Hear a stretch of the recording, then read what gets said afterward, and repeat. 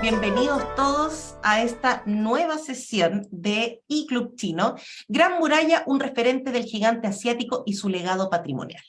Acá vamos a hablar sobre la relevancia de esta gran muralla reconocida como una de las 7 maravillas del mundo y patrimonio mundial. Y a partir de ella queremos hacer un recorrido de la civilización china tomando como eje central su estructura arquitectónica con un recorrido por las diferentes dinastías. Y para esto tenemos ni más ni menos que nuestra querida Mónica Ahumada, académica de la Universidad de Santiago de Chile, doctora en estudios internacionales de Asia-Pacífico de la USACH y miembro de ALADA Chile. Bien, Mónica, querida, una vez más, gracias por estar con nosotros. Gracias, Carolina. Voy a compartir pantalla y entonces ahí tú ya me avisas. ¿Estamos ok? Estamos ok, se pone como presentación y estamos perfectos.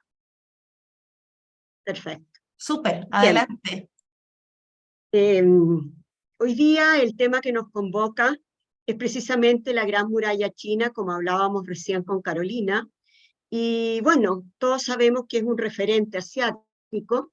Y por otro lado, algo que es bien interesante es reconocer esto del legado patrimonial. Yo creo que nosotros en Chile hablamos mucho de lo que son hoy día, ya en mayo, el Día del Patrimonio, y realmente los patrimonios culturales, bueno, representan la cultura y mucho más de lo que puede uno saber a simple vista de una cultura como es la cultura china o en otros países.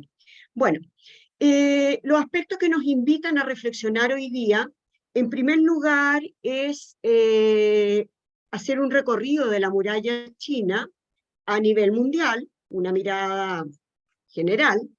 Después, cuáles fueron las razones para su construcción en las diferentes dinastías, cuál es la identidad de la nueva China, con un territorio que tiene claras delimitaciones fronterizas, y por otro lado también mirar un poco cuáles son las visiones de la Gran Muralla, especialmente cuando se hace el recorrido en teleférico, que es bien interesante, a mí me tocó hacerlo, desde Badalín y también se puede hacer desde otros sitios que son en clave. Y por último, para cerrar lo que vamos a conversar hoy día, quiero referirme precisamente a la muralla china como un patrimonio de la humanidad desde 1987. Estos van a ser los 5 puntos que yo quiero abordar. Bien, eh, como decía recién, la muralla es un referente a nivel mundial. O sea, nadie puede dejar de reconocer, lo hablábamos recién con Carolina, que la muralla, yo creo que uno cuando recién sabe, aprende las primeras cosas de historia y aprende sobre lo que son las culturas, aparece la imagen de la muralla china con una fascinación, pero con mucha ignorancia porque uno no tiene el conocimiento. Un primer aspecto que yo diría que es interesante abordar es el hecho del entorno geográfico en que está ubicado la muralla y que precisamente, ya lo hemos dicho en otras veces, China es sumamente montañosa. Por lo tanto, para recorrer la muralla, uno tiene que pensar que son caminos sumamente sinuosos, difíciles de abordar y que por lo tanto van recorriendo enormes extensiones a lo largo del territorio chino y que no existe como una continuidad, ¿ya? ¿Cómo recorrerla? Eso es un poco lo que vamos a conversar hoy día.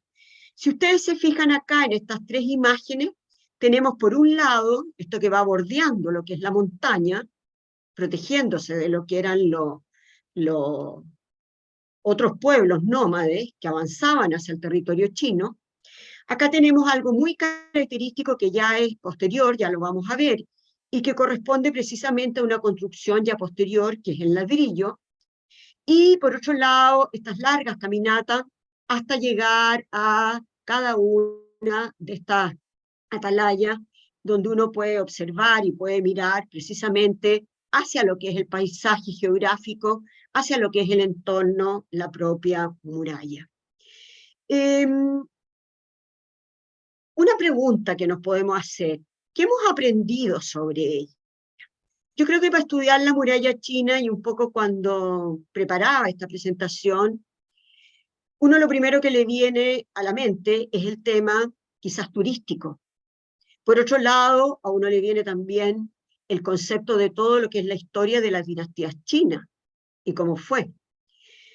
Por otro lado, también en una aproximación a lo que es la muralla, también tenemos todo lo que es el tema de China, el país del centro, y cómo la muralla le da un contexto, un amalgamiento de lo que es el territorio chino. ¿Quiénes la recorren? Yo diría que aquí, en quienes la recorren, tenemos públicos muy diversos.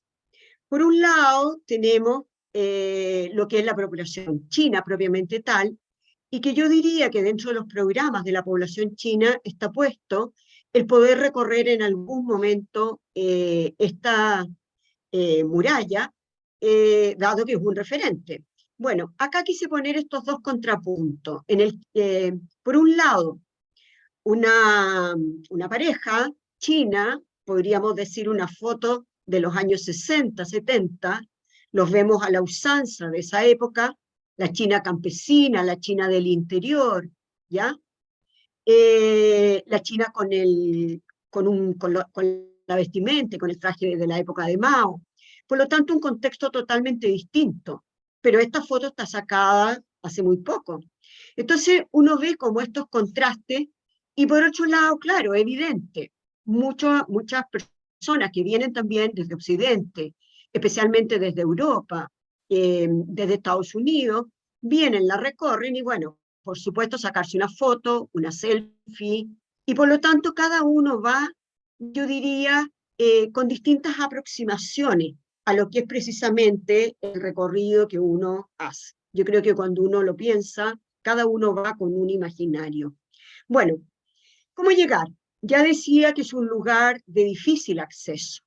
Puedo llegar en teleférico, hasta la muralla arriba, puedo llegar en transporte público, puedo llegar en bus de turismo. Por lo tanto, depende de las posibilidades y de las oportunidades con las cuales yo puedo ir precisamente pensando en cómo recorrerla. Personalmente, me tocó hacerla en transporte público, en que uno lo recorre con la población china, y que realmente es una mirada totalmente distinta a cuando uno puede ir a visitar un lugar en un bus de turismo, en que uno paga un porcentaje bastante alto por ir, porque te lleven en el tour, y por lo tanto yo creo que sea cual sea la entrada, este imaginario para cada uno va a tener un valor, pero imborrable. Acá tienen ustedes en esta parte, es la entrada por Badalín, y si ustedes se fijan, está ahí todo el lugar donde precisamente llega el teleférico. Es bien impresionante recorrerla así, porque da otra mirada. Bueno, yo creo que todos tenemos como distintas imágenes, quise sacar imágenes de distintos periodos, y poner aquí un poco figuras, la clásica, cuando se hace la visita de Richard Nixon, en pleno contexto del año 1972, cuando se entrevista con Mao, dentro de lo que es el contexto de Kissinger, un clásico, y que precisamente esa visita fue en febrero de 1972. Por lo tanto, si ustedes se fijan, la muralla la están recorriendo en un periodo en que la muralla está nevada. Esto lo hablábamos con la Carolina. No da lo mismo en China cuando yo voy en un mes de octubre, en un mes de julio, a cuando voy en un mes de pleno invierno en que el frío es enorme, ¿ya? Por otro lado, tenemos también aquí la foto de Diego Maradona, que lo encontré una foto muy significativa. Suberg, todo lo que es bajarlo a través de lo que es un tobogán, que es por uno de los costados, bueno, en una visita de Kirchner, Bush, Obama, y bueno, esto nos aproxima a que claramente cuando hay visitas de Estado, una de las características es ir y recorrer la muralla china.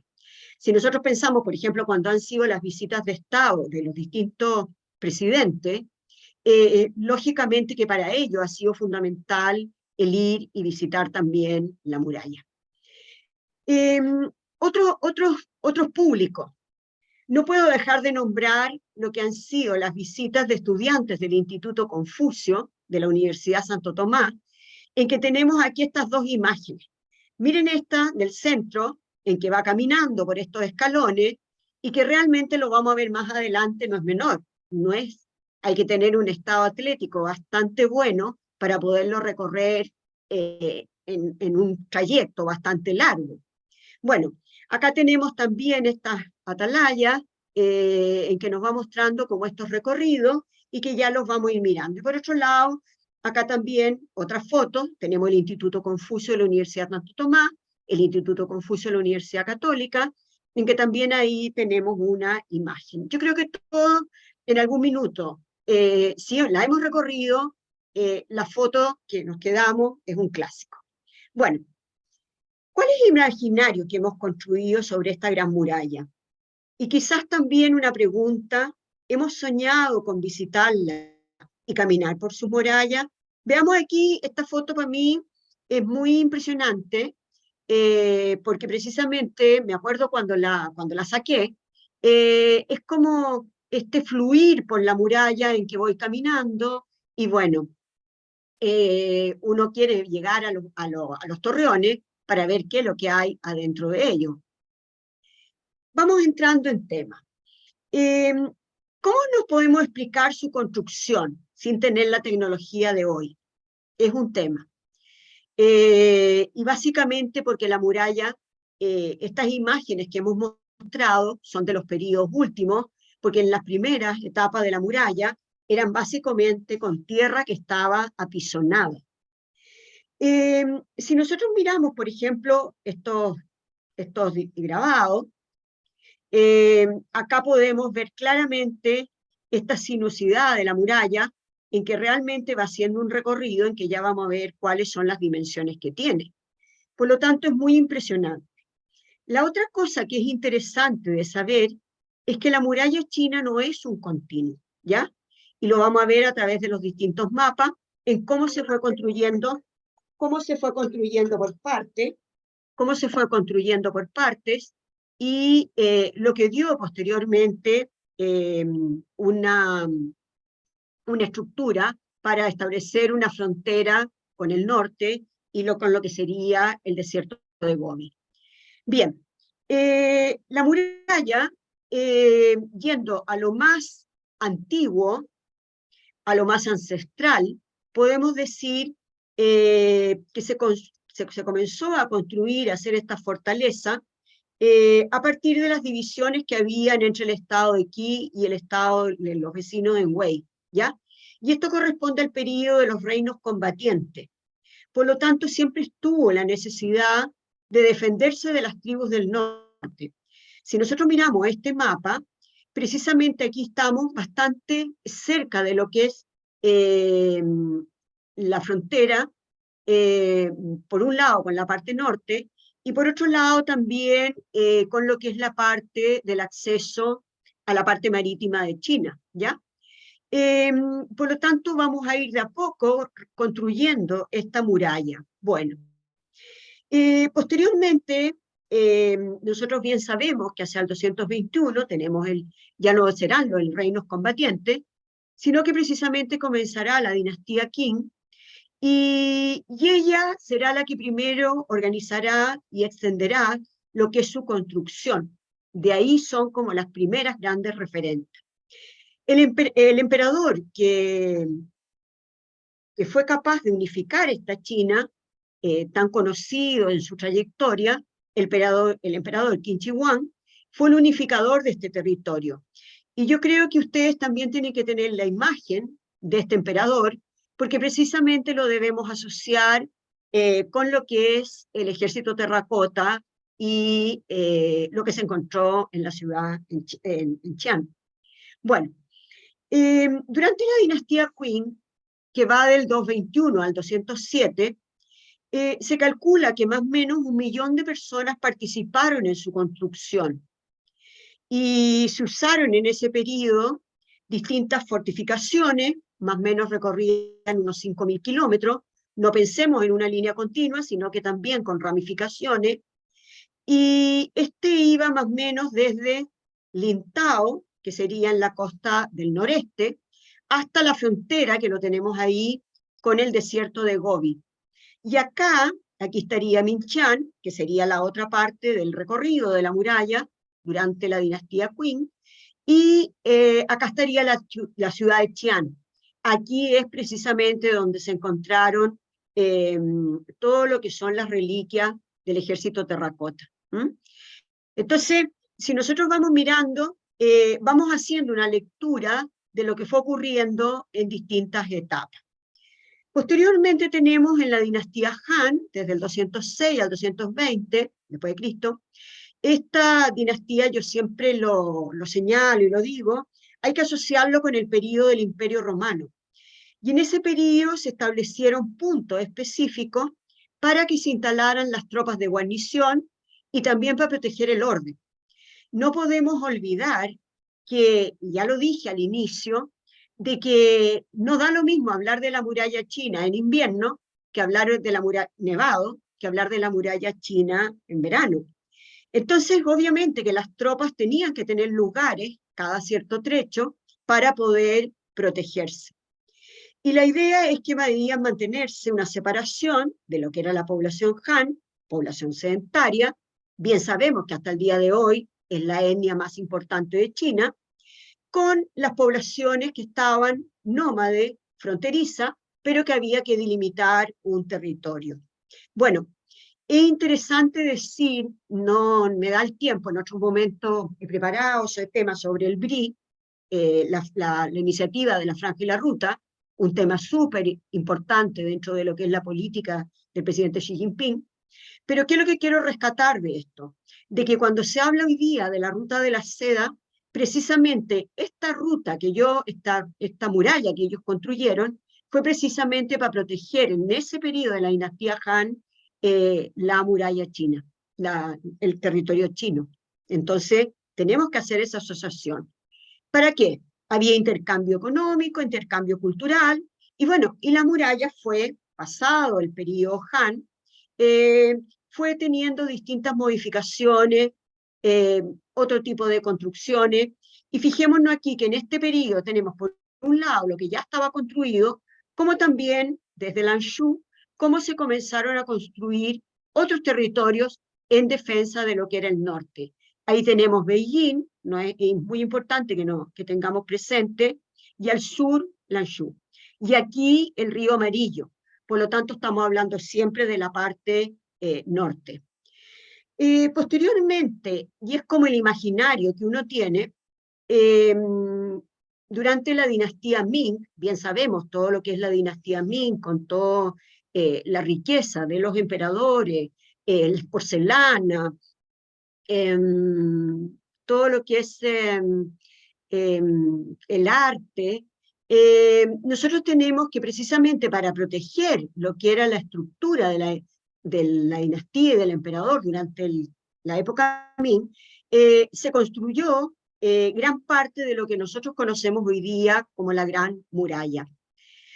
Primero que nada, ¿qué es lo que se preocuparon? Restaurar las partes que estaban destruidas y también darle un énfasis a las partes que había que construir. La base, esto es importante e interesante saber, la base era de 6 metros y en la cima tenía 5 metros, como una cierta pendiente hacia arriba. Esto desde el suelo a la cumbre, nosotros hablamos más o menos de 7 metros. Por supuesto que al interior de la muralla es tierra compacta, y por fuera se fueron poniendo todos estos bloques de roca, de piedra, que es como las fotografías que yo mostraba al inicio, donde la gente va, se saca la foto, y bueno. Es bien interesante, y eso yo no sé si ustedes lo saben o no, que el cálculo que ellos hicieron cuando la construyeron era que debían, por la parte alta de la muralla, debía tener un espacio para que pudieran transitar 5 caballos. Y si no eran los 5 caballos, 10 hombres. Estamos hablando más o menos alrededor de unos 6 metros. La otra cosa que tenía que tener en los distintos trayectos eran las alamenas, porque con las alamenas podían tener los puestos de tiro y desde ahí tener los canales de desagüe. Si ustedes se fijan, acá ya tenemos una construcción ya bastante más avanzada y con un territorio mucho más amplio. Posteriormente, ya en la dinastía Qing, estamos hablando del periodo de 1644 hasta 1911, con la proclamación de la República con Sun Yat-sen. Nosotros tenemos que en todo este periodo la muralla siguió teniendo nuevas construcciones, y es interesante que ya en ese periodo mucho se usaba para la defensa las señales de humo, especialmente también en la noche, hacían los disparos de emergencia, y bueno, según algunos escritos y según algunos relatos, pero anteriores, de la época de la dinastía Tang, estamos hablando en el siglo VII, hay registros históricos de que estas señales de humo que las iban transmitiendo podían ser vistas, si las iban haciendo secuencialmente, a 1000 kilómetros en un día. Pensemos, 1000 kilómetros en un día es Santiago-Puerto Montt. Por lo tanto, la muralla china siempre fue este lugar, por un lado, que implicaba la defensa, pero por otro lado también implicaba todo lo que era la estructura del propio imperio, con toda la jerarquía y bueno, con todo lo que es el tema de la jerarquía y el tema confuciano. Bueno, los cañones que se usaban también podían transmitir señales, y estamos hablando que podían transmitir señales con esta misma dinámica a una distancia de 3.500 kilómetros. Cuando uno lo lee esto, lo lee en el texto, en el libro del cual lo trabajé, que es de Cai Jianxin, uno dice, ¿pero cómo? Pero precisamente ella escribe un libro que es sobre arte chino y sobre construcciones chinas, y describe precisamente lo que estoy diciendo. Es bien impresionante leerlo. Bueno, fortificaciones, alamenas, murallas. Cuando uno piensa en este tipo de construcción, hay algo que es importante señalar como un antecedente, y es el hecho de que China, ya desde las primeras épocas, reinos combatientes y después, China tenía ciudades fortificadas. Y esto de tener ciudades fortificadas precisamente le permitía también protegerse, pero por otro lado, esa misma lógica fue la que aplicaron con la construcción de la muralla china. Si nosotros pensamos, por ejemplo, en territorios europeos, los castillos feudales, es básicamente la idea de que las ciudades tenían que estar amuralladas, y bueno, esa era como la estructura y la dinámica. Acá nuevamente, fíjense ustedes, el dolor de los pies subiendo. Esta foto me gustó mucho, en el sentido de que es eso, o sea, el esfuerzo por llegar a lo alto. No solo fue un proyecto de defensa, sino también el reflejo del ingenio de los artesanos antiguos. También hablamos de esta autora, Cai Jianxin. Sigamos. Bueno, ya entrando en lo que es el siglo XX, nosotros tenemos que la identidad de la muralla que se va a dar en la Nueva China va claramente a delimitar lo que son las zonas fronterizas, lo que es el acceso, y hay algo que no podemos dejar de pensar, es que China en este periodo, por un lado hacia los inicios de los 30, de 1931, ya vamos a tener lo que va a ser la invasión japonesa, y posteriormente lo que va a ser la Segunda Guerra Mundial. Por lo tanto, nosotros tenemos que pensar que gran parte de lo que estaba construido por la muralla china también fue destruido, con pólvora, con distintas formas. Entonces surgió la idea de que la muralla china había que reconstruirla. Y en la época de, precisamente, cuando se proclama la República Popular China, en 1949, nosotros vamos a tener que se va a generar la necesidad de poder reconstruirla, y por otro lado también desde dónde se parte, porque es un periodo que es bastante complejo por la falta de recursos económicos, pero por otro lado también era una demanda, y precisamente se hace desde Badaling. Es importante decir que desde Badaling siempre ha sido el lugar por donde la población china la recorre. Estas imágenes que tenemos del periodo de la Gran Marcha en 1936, y por otro lado, bueno, de alguna manera nos acercamos a lo que es precisamente la reconstrucción de la muralla hasta llegar a cómo la vamos a encontrar a la muralla china hoy. Acá tenemos unas imágenes de aquella época, ahí tenemos un periódico con respecto a esto, tenemos también al Ejército Rojo, visitas de Estado, y por otro lado también es interesante decir de que precisamente Mao, a pesar de estar más allá de ser el líder de la proclamación de la República de la Popular China, también él es un poeta. Y como era un poeta, precisamente escribió sobre lo que era la muralla china, y ahí tenemos también un escrito, un relato de él. ¿Estamos? Sigamos avanzando. Aquí precisamente tenemos un poema de Mao que fue traducido, y fíjense cómo dice: el cielo es alto y las nubes son ligeras, los gansos que vuelan al sur están fuera de la vista. Ningún héroe alcanza la gran muralla de tal altura. Hemos cubierto 20.000 li en la medida de la época, con todo poder, en la cresta del monte Lipán. O sea, ¿cómo nosotros vamos a hacer haciendo ese recorrido?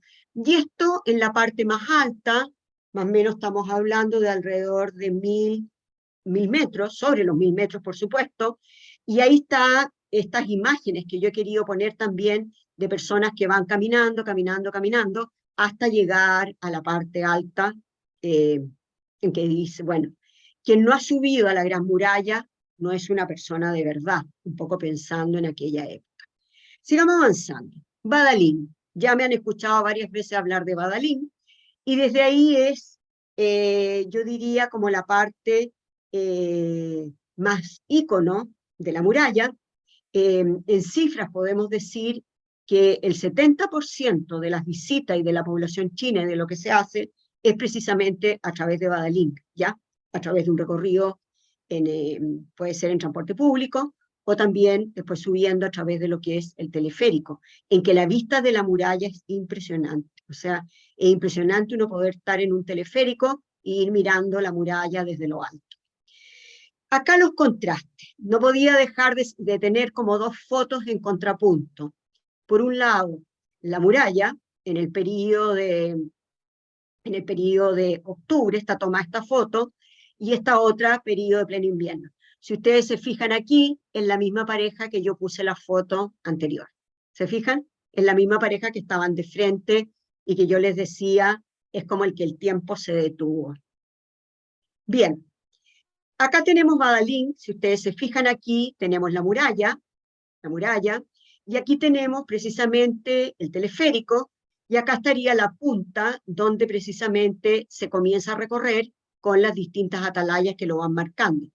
Por otro lado, aquí mismo está marcado, y después tengo la foto de lo que es el museo de la Gran Muralla.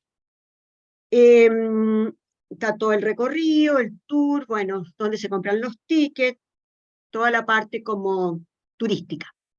Si ustedes se fijan, imagínense ustedes esta mirada en teleférico, acá como se va viendo desde lo alto, y por otro lado hasta llegar al punto donde precisamente a uno la dejan para empezar a caminar. Un poco cuando uno lo ve y el poder estar ahí, a uno le viene la imagen de lo que uno puede haber visto en nuestro querido cerro San Cristóbal, en cuanto al teleférico. Pero es algo realmente impresionante, impresionante. Bueno, por lo tanto, ¿qué podemos decir? Un recorrido panorámico desde lo alto, una posibilidad. Un tour para los chinos con un recorrido diferente, ya lo comentaba. O también, yo diría, una oportunidad de conocer la cultura más allá de una simple foto. Yo creo que es muy importante cuando uno está en estos lugares, puede ser China o en cualquier otra parte en el mundo, es poder insertarse en cuál es la forma en que lo visita la población local. Y eso a uno le da la identidad sobre ese espacio. Fíjense aquí, estas son dos jóvenes chinas recorriendo la muralla, muy, muy, yo diría, con mucho glamour, con mucho, como sería hoy día una joven china, que no tiene nada que ver con las imágenes que yo había mostrado antes. Fíjense ustedes la altura es impresionante. Miren ahí la altura de la muralla, y por otro lado por acá, que ustedes van viendo que ahí está el camino del recorrido que va haciendo por las cumbres más altas en que va recorriendo. Bien, Badalín se encuentra a 73 kilómetros de Mutianyu, que es la otra parte por donde se puede visitar.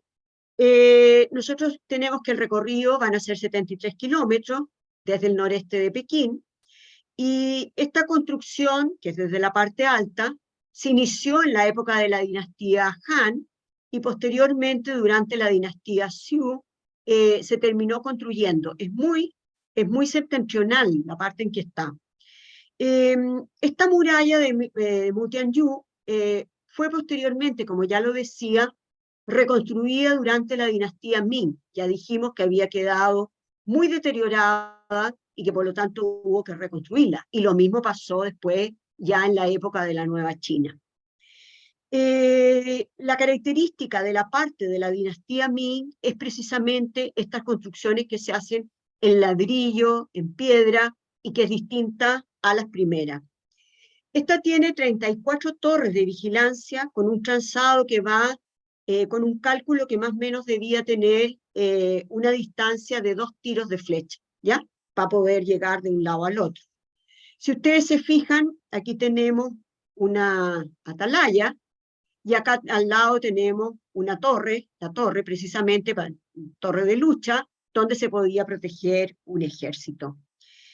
Es bien interesante saber que todos estos puntos, estas torres, van teniendo un número, y desde la torre 23 a la 34, la muralla va subiendo, subiendo, subiendo, hasta más o menos contar 454 escalones. Hagámonos la idea del recorrido. Bueno, esto está sacado de un estudio muy interesante, una tesis que se hizo precisamente sobre la arquitectura y la construcción de Mutianyu, ¿ya? Es una tesis que se hizo en una universidad española.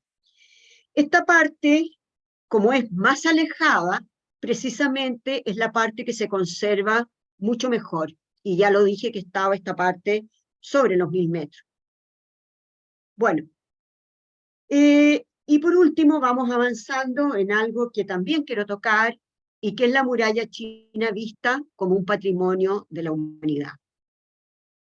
La declaratoria de Patrimonio de la Humanidad fue en 1987, y precisamente acá, para hacer una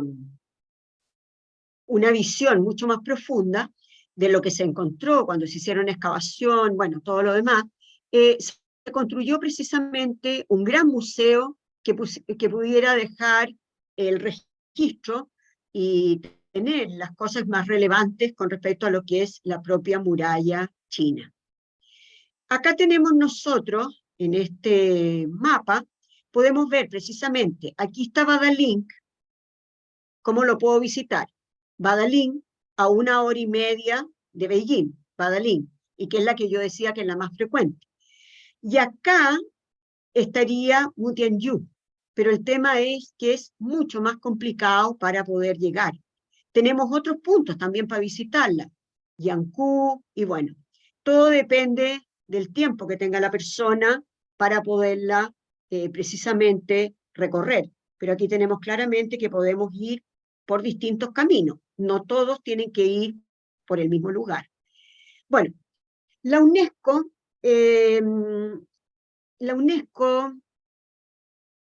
establece, a partir de la convención que se da hacia el año 1974, lo que van a ser los patrimonios mundiales, ¿ya? Sería largo que explicara por qué surge esta idea. Bueno, estuvo todo un tema con lo que fue la construcción de la represa Nasser, lo que fue levantar el templo de Abu Simbel, y en pleno Nilo, y eso significó que la UNESCO tomó conciencia de que tenía que generarse un organismo que protegiera los patrimonios culturales. Y de ahí la UNESCO, a partir del año 74, posterior a lo que estoy contando de lo que ocurre en el río Nilo, generó esta categoría, esta idea de que habían lugares que tenían un valor universal excepcional y que uno no los va a encontrar en ninguna parte del mundo. Y que esos lugares que tienen un valor universal o excepcional tienen que ser declarados en esa categoría para que puedan prevalecer para las generaciones futuras, ¿ya? Ese es un poco, en forma muy resumida, lo que son las directrices de la UNESCO al respecto. Y por otro lado, las directrices de la UNESCO al respecto tienen lo que se llama la lista de los patrimonios de la humanidad. Chile tiene 7 patrimonios, no tengo tiempo para poderme explicar cada uno, pero bueno, el primero que tuvo Chile fue precisamente Rapa Nui. En esta línea nosotros tenemos que el primer país que tenía el mayor número de patrimonios era Italia, ¿ya? China tiene 56 patrimonios. Y la categoría que da la UNESCO es que pueden ser culturales, naturales o mixtos. Culturales, naturales, mixtos. Y según esa categoría, la UNESCO califica. Voy a poner un ejemplo cercano, por ejemplo, un patrimonio cultural mixto, Machu Picchu. Por un lado está la riqueza de todo lo que es en torno al río Urubamba, y por otro lado también está toda la construcción de lo que es la construcción arquitectónica inca de Machu Picchu.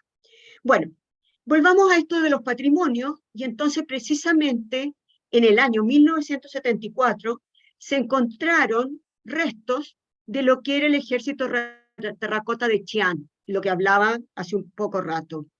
Y precisamente fue el emperador Qin Shi Huang en que quiso que todo lo que era su propio ejército, en lo que es impresionante en escultura de forma humana, de porte natural, pudieran quedar, y quedaron tapados por los años, y finalmente se pudo encontrar, y la UNESCO lo declaró también Patrimonio Mundial de la Humanidad. Todos tenemos la imagen de lo que es el ejército terracota, y precisamente el ejército terracota, algunas piezas, porque no puedes venir todo, vinieron a Chile y estuvieron en una exposición en el Centro Cultural La Moneda, ¿ya? Una exposición realmente maravillosa. Bueno, el Centro Cultural La Moneda se presta para exposiciones de esta envergadura. Otro aspecto que es interesante decir es que precisamente China apuesta hoy día a poder mostrar lo que son sus patrimonios. Nosotros tenemos que el primer país en cuanto a patrimonios declarados es Italia, con 58. Tenemos posteriormente China, con 56. Y después, bueno, tenemos Alemania, España, Francia y otros países. Esto ustedes, si lo quieren saber más, lo pueden mirar en el listado de patrimonio de la humanidad que aparecen en la página de la UNESCO. Nosotros tenemos que en el año 2014, el presidente Xi Jinping visita la UNESCO y precisamente apuesta de que China puede ser un país de turismo receptor, ¿ya? Nosotros tenemos dentro de las categorías de lo que es la Organización Mundial de Turismo, la categoría de países receptores y países emisores de turismo, ¿ya? En esta apuesta que hace China, precisamente cada vez fue aumentando más la cantidad de turistas que iban visitando, ya lo vamos a ver en la gráfica que viene el siguiente, y precisamente fue ahora ya terminada la pandemia, que el presidente de la Organización Mundial de Turismo, Surab Polokinasi, perdón que no me lo podría pronunciar, que es el secretario general de la Organización Mundial de Turismo, visitó China el 2023, ahora a principios en los primeros meses del año, febrero. Y esto marca un giro a nivel mundial, que él haya visitado personalmente China y por supuesto la muralla. ¿Y por qué es importante decirlo? Porque China estuvo restringido al turismo por más de 1000 días. 1000 días son prácticamente 2 años y medio en que todo esto que yo estoy mostrando estuvo todo cerrado, todo cerrado. Hay varias imágenes en internet, gente visitándolo con la mascarilla, cuando recién la abrieron, uno al lado del otro. O sea, no tiene nada que ver con estas imágenes que uno puede, que he estado mostrando, en que uno efectivamente puede ver la muralla y no solo a las personas que la van recorriendo. Por último, ya casi vamos a ir cerrando, quiero compartir con ustedes efectivamente lo que fue el impacto del cierre de distintos lugares, patrimonios a nivel mundial, con el impacto a lo que es el sector turístico. Y ahí precisamente vemos con rojo todos los lugares que están cerrados, producto de lo que fue el tema del coronavirus, y precisamente tenemos algunos que ya los han abierto y otros que los dejaron parcialmente abiertos. Estos datos son del 29, este mapa corresponde al año 2021, ¿ya? Hoy día China sí que lo tenemos abierto y por lo tanto tendría que estar con un color azul. Pero esto es para que nos hagamos la idea de cómo a nivel mundial el sector turístico tuvo un impacto gravísimo por el hecho de que no pudo haber desplazamiento de personas hacia ningún lado. Y por otro lado también, no puedo dejar de decirlo, que estos lugares requieren de conservación, requieren de recursos. Yo no los puedo dejar abandonados por 2 años. Entonces, a nivel mundial también el impacto de la conservación histórica, de la conservación patrimonial, de los lugares que son destinos turísticos clave, es muy, muy relevante. Acá tenemos algunos datos. Si ustedes se fijan en el gráfico y en el mapa, uno puede ver en el mapa de la mano izquierda, uno claramente puede ver cuáles son, por los colores, el volumen de la población que visita estos lugares. Si nosotros miramos el color más claro, corresponde a visitas de 2.700.000 personas. 2.700.000 personas.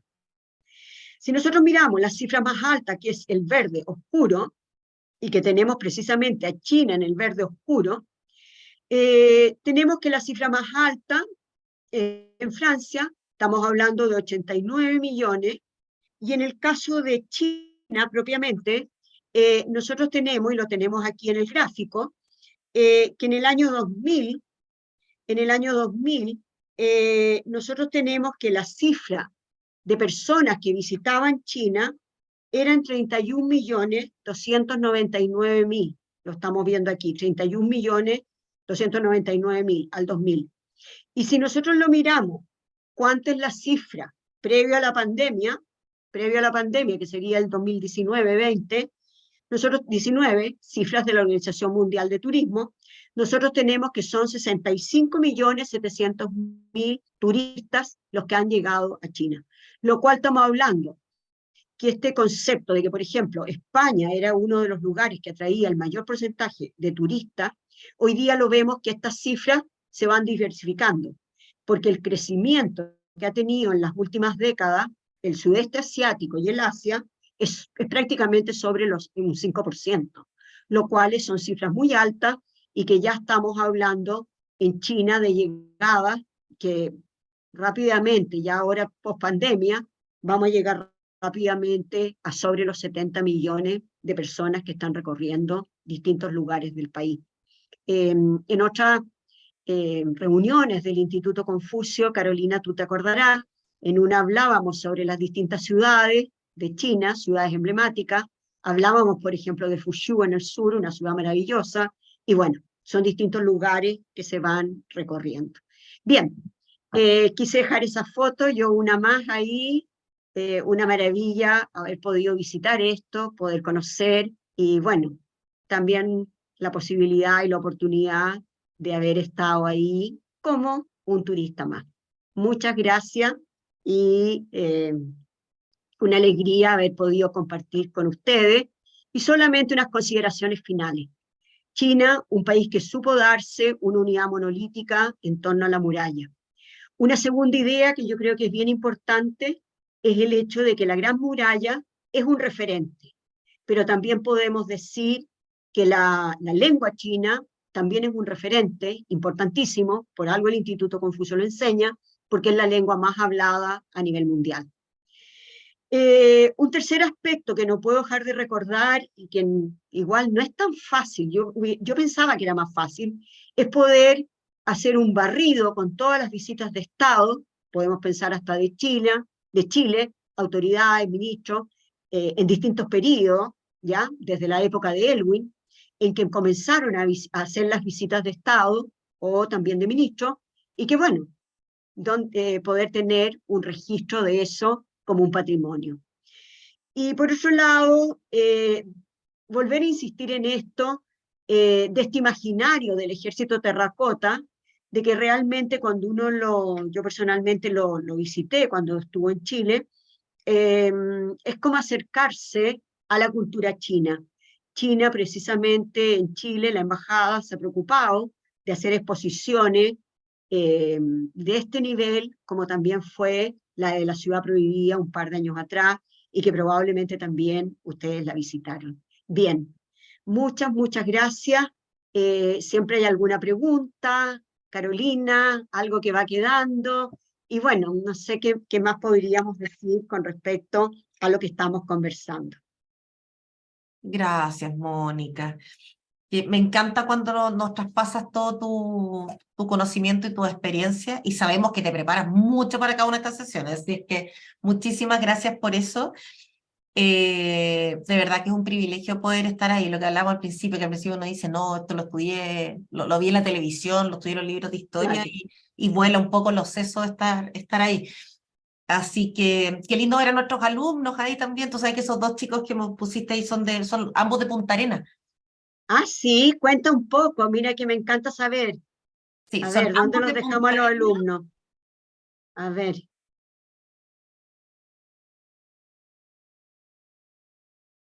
¿Y ellos participaron dentro de lo que es el puente chino? Ahí están. Ellos fueron no recuerdo si estaban por beca o por el campamento de verano, pero ambos ¿Ya? eran de Punta Arenas y esto fue el año 2018. Ella se llama Sofía y él se llama Francisco. Así que Qué Francisco ahí, fantástico. ánimo con toda esta subida, se nota que es pesada la Se subida. lo Así que se lo puedes compartir. Mira qué alegría verlos ahí. sí, sí, así que no, te agradezco que hayas puesto las fotos porque también para nosotros es especial verlo porque tiene sentido el trabajo que uno hace, por toda esta sesión y todas estas cosas para motivar a que un chico esté ahí y le cambie la vida. Así que de verdad, muchas Mm, gracias por eso. Sí, pues hay preguntas, pues, Mónica, hay hartas preguntas. Así que vamos a ir de a poquito, ¿te parece? ya, Ya, primero, vamos bien. para salir de esta duda, porque yo sé que lo dijiste, pero a Bárbara no le quedó claro qué eran las alamenas. Y quizás ahora que está Ah, ahí, lo hay por mostrar. las alamenas es es una forma dentro de la arquitectura. Mira, voy a buscar aquí. Cuando tú tienes una fortaleza, tú tienes que tener aquí, tú tienes que tener un lugar por donde te vas a asomar para disparar. Porque si tú te pones por la parte alta del muro, no tienes defensa. Entonces tú, la alamena, este concepto fue muy usado en la época yo la primera vez que lo aprendí, bueno, con los castillos feudales, y también en la época del Renacimiento y todo lo que también en esa línea tenemos de las construcciones y fortalezas de Leonardo da Vinci. Leonardo fue un experto en construcción de fortalezas.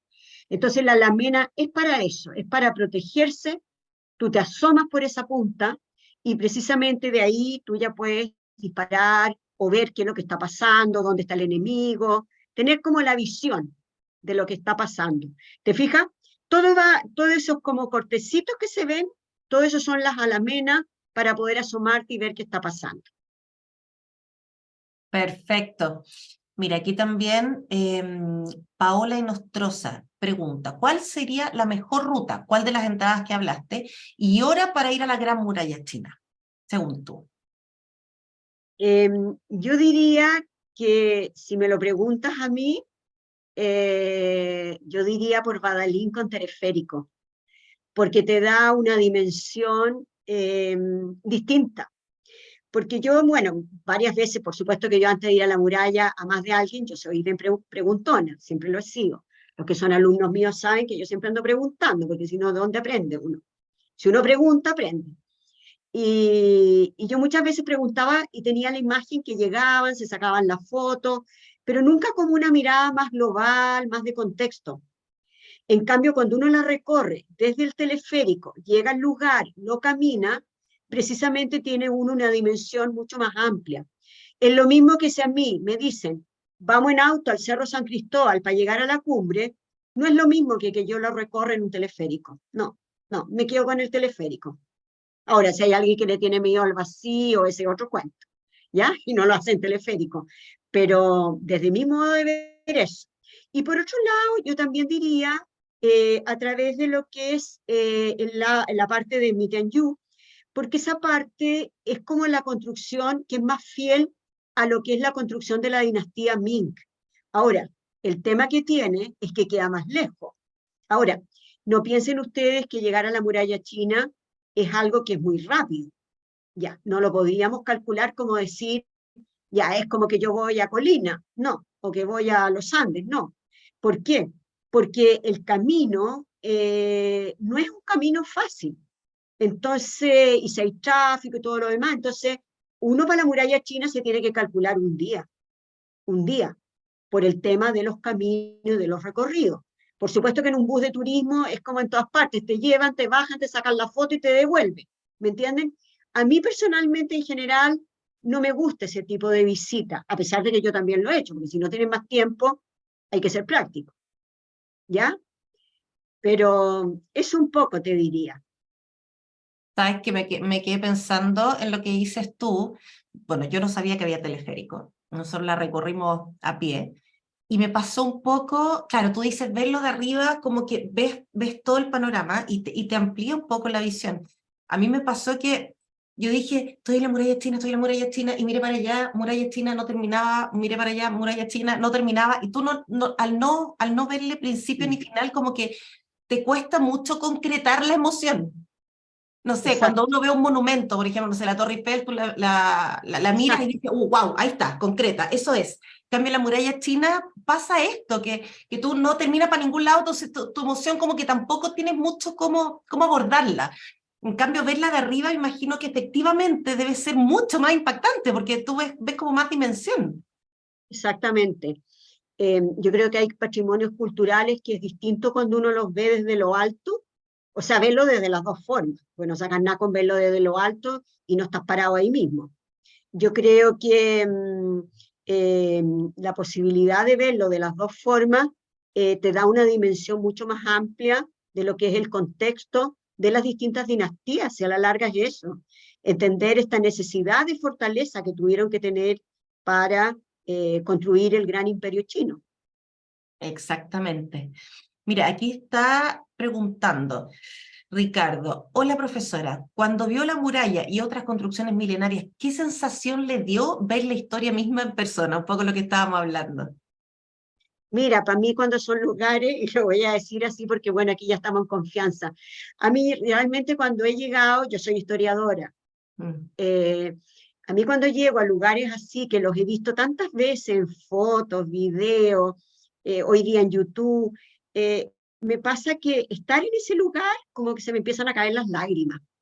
Mm. Y digo, no es verdad, o sea, uno diría, me piñé, no es verdad lo que estoy viendo, es verdad, por supuesto, estás parado ahí mismo, pero es esa emoción que yo creo que no te permite como, como lo diría, es tanta la emoción que a ti no te permite asimilar lo que tú estás en ese momento. Exactamente. Me voy a salir un poquito, Carolina, pero yo creo que el tema de los patrimonios es un tema que a nosotros como chilenos nos llega mucho. Eh, Recuerdo perfectamente en el libro cuando leí de Pablo Neruda, Confieso que he vivido, y él hace el relato de cuando llega precisamente a la parte alta de Machu Picchu. Estamos hablando en los años 40. No había camino, no había ruta, no había nada. Y él quedó tan conmovido que uno dice, iba con yo me lo imaginaba que iba, no sé, pues con un lápiz, se puso a escribir, dejó un relato.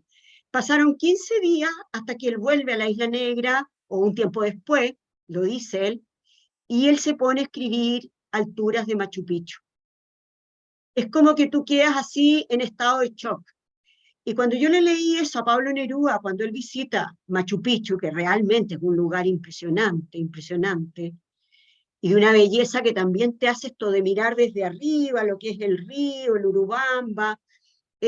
Tú dices, bueno, esto no es que yo estoy y me saco la foto, o sea, hay que asimilarlo, hay que volver a leer y hay que hacerlo de uno. Absolutamente toda la razón. Mira, aquí Gonzalo Pinochet nos manda un comentario. Dice, profesora, Gonzalo, qué alegría escucharte. de hecho dice, me alegro poder asistir a una nueva clase de usted, como siempre, muy interesante. Espero verla a Lusach pronto y aquí nuevamente. Mira, Gracias, Gonzalo. dice, profesora, una anécdota que leí durante la Segunda Guerra Mundial, la muralla china resultó un refugio táctico contra el avance japonés, donde a pesar de ser el siglo XX, los japoneses tenían problemas para derribarla y finalmente decidieron rodearla, similar a los mongoles que invadieron el sur debido a la Gran Muralla. Me parece muy interesante ya que indica la importancia militar que tenía la Gran Muralla y de lo bien que estaba construida. Sí, Gonzalo, tú eres un experto. Él, Carolina, aprovecho de decirte, él ya lleva varios cursos de los cursos de ustedes del Instituto Confucio de Chino, ya no sé en qué nivel va, Gonzalo, si es el cuarto o cuál, y precisamente lo que estás diciendo es eso, o sea, yo creo que como fortaleza militar es claro de que no era cualquier construcción. Y esto que tú me estás preguntando me trae a la mente la figura de Sun Tzu, la estrategia china, el arte de la guerra, en que precisamente ya Sun Tzu, con sus primeros escritos sobre el arte de la guerra, hablaba cómo debían ser las defensas militares y la relevancia que tiene cómo tú vas a enfrentar al enemigo. Esa es la estrategia de Sun Tzu, ¿ya? Tener claro quién es el enemigo. Y cuando tú conoces al enemigo, ya puedes actuar. Antes no puedes actuar. Y yo creo que la muralla china te da mucho de eso. Gracias, Gonzalo. Absolutamente. Mira, aquí hay otro comentario. Alguna vez escuché que a medida que las personas que construyeron la muralla china iban muriendo, se enterraban en la misma muralla y que uno de esos ingredientes era los huesos y que es considerado el cementerio más grande del mundo. ¿Qué tanta verdad habrá en eso? Eh, Mira, quiero ser súper franca, yo por supuesto que lo he escuchado, pero no me atrevería a hacer mayores comentarios si no tengo una lectura más rigurosa, ¿ya? Creo que sobre distintas cosas muchas veces se hacen aproximaciones, pero uno tiene que ir a las fuentes originales para realmente saberlo, ¿ya? Es muy posible que haya sido así, pero no he leído nunca escritos que hablen de esto en rigor, así que no me atrevería a avanzar más en la pregunta. Perfecto. Y aquí hay otra pregunta que dice, la muralla china recorre varias provincias. ¿Solo tiene estas dos entradas desde Beijing? ¿No se puede acceder desde otras ciudades? No, no, no, tiene más entradas, tiene bastantes más entradas, ¿ya? Acá estamos hablando de precisamente si estamos hablando aquí en Badaling, en Beijing, estamos hablando de Hebei, ¿ya? Y estamos hablando de las provincias del norte, ¿ya? Pero también tiene otras entradas que quedan en otras provincias, ¿ya? Pero lo que pasa es que esta es la más importante porque hay algo que quiero volver a insistir, que como la dinastía Ming la reconstruyó, ahí también están las tumbas Ming, y por eso es que es tan famosa. Aitur, por ejemplo, yo personalmente no las conozco, las tumbas Ming, pero Aitur, y lo he visto, que van y recorren por un lado la muralla y por otro lado avanzan hacia la que son las tumbas Ming, porque es en un mismo camino. ¿Mm? Perfecto. Mira, en beneficio del tiempo vamos a ir a la última pregunta. Y Ya se nos aquí, pasó la hora, Carolina, mira, sí, son más de las 7, ya vuela. vamos a una hora. Aquí Dana pregunta, ¿qué documento nos recomienda para poder profundizar más en este tema? Yo diría que yo te voy a compartir, Carolina, algunas fuentes, y por interno prefiero porque es difícil como decirlo. Bueno, hay textos que están en español, en inglés, me gustaría poder compartir, pero hay otros que están en español y bueno, en ese sentido yo prefiero como verlo directamente a través de un mail que mande. ¿Mm? Ningún problema. Este Mónica, de Kai, este libro de Kai que yo citaba, precisamente me lo compré en el primer viaje a China, pero no lo he visto nunca acá. perfecto. Perfecto. Ahí si cuando Eh, encuentras algo nos puedes mandar y nosotros se lo mandamos a los asistentes. Mónica, como Perfecto. siempre, muchísimas gracias. Qué linda sesión tuvimos hoy día, que es algo tan simbólico que de verdad recorrerlo así y con todos los puntos de vista que nos diste es como alucinante. Así que muchísimas gracias.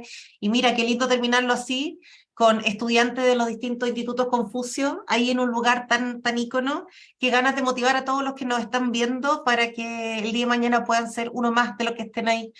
Que ganas que nos manden por Exacto. redes sociales sus fotos en la muralla china, mándenos fotitos Oye, de cuando sería bueno eso como un tipo concurso ¿cierto? Que nos manden todas las fotitos de para cuando el, estuvieron en la para el muralla Día de china. los Institutos Confucio de repente, Carolina, No es mala a idea, fin ¿eh? de año. No es mala idea. Lo Sí, vamos a podría tomar. ser que este año para el Día del Instituto Confucio pudiéramos armar algo en esa línea. ¿Mm? Bonito. Mira qué lindo lo que nace de una sesión como esta. Gracias, Mónica querida. Gracias Gracias. como siempre. Un beso grande. Gracias por estar con nosotros y gracias a todos los que nos acompañaron. Gracias a ti, Carolina. Siempre un agrado poder estar. ¿Mm? Un abrazo muy grande. Muchas gracias y hasta la próxima. Saiten. Say, Jem.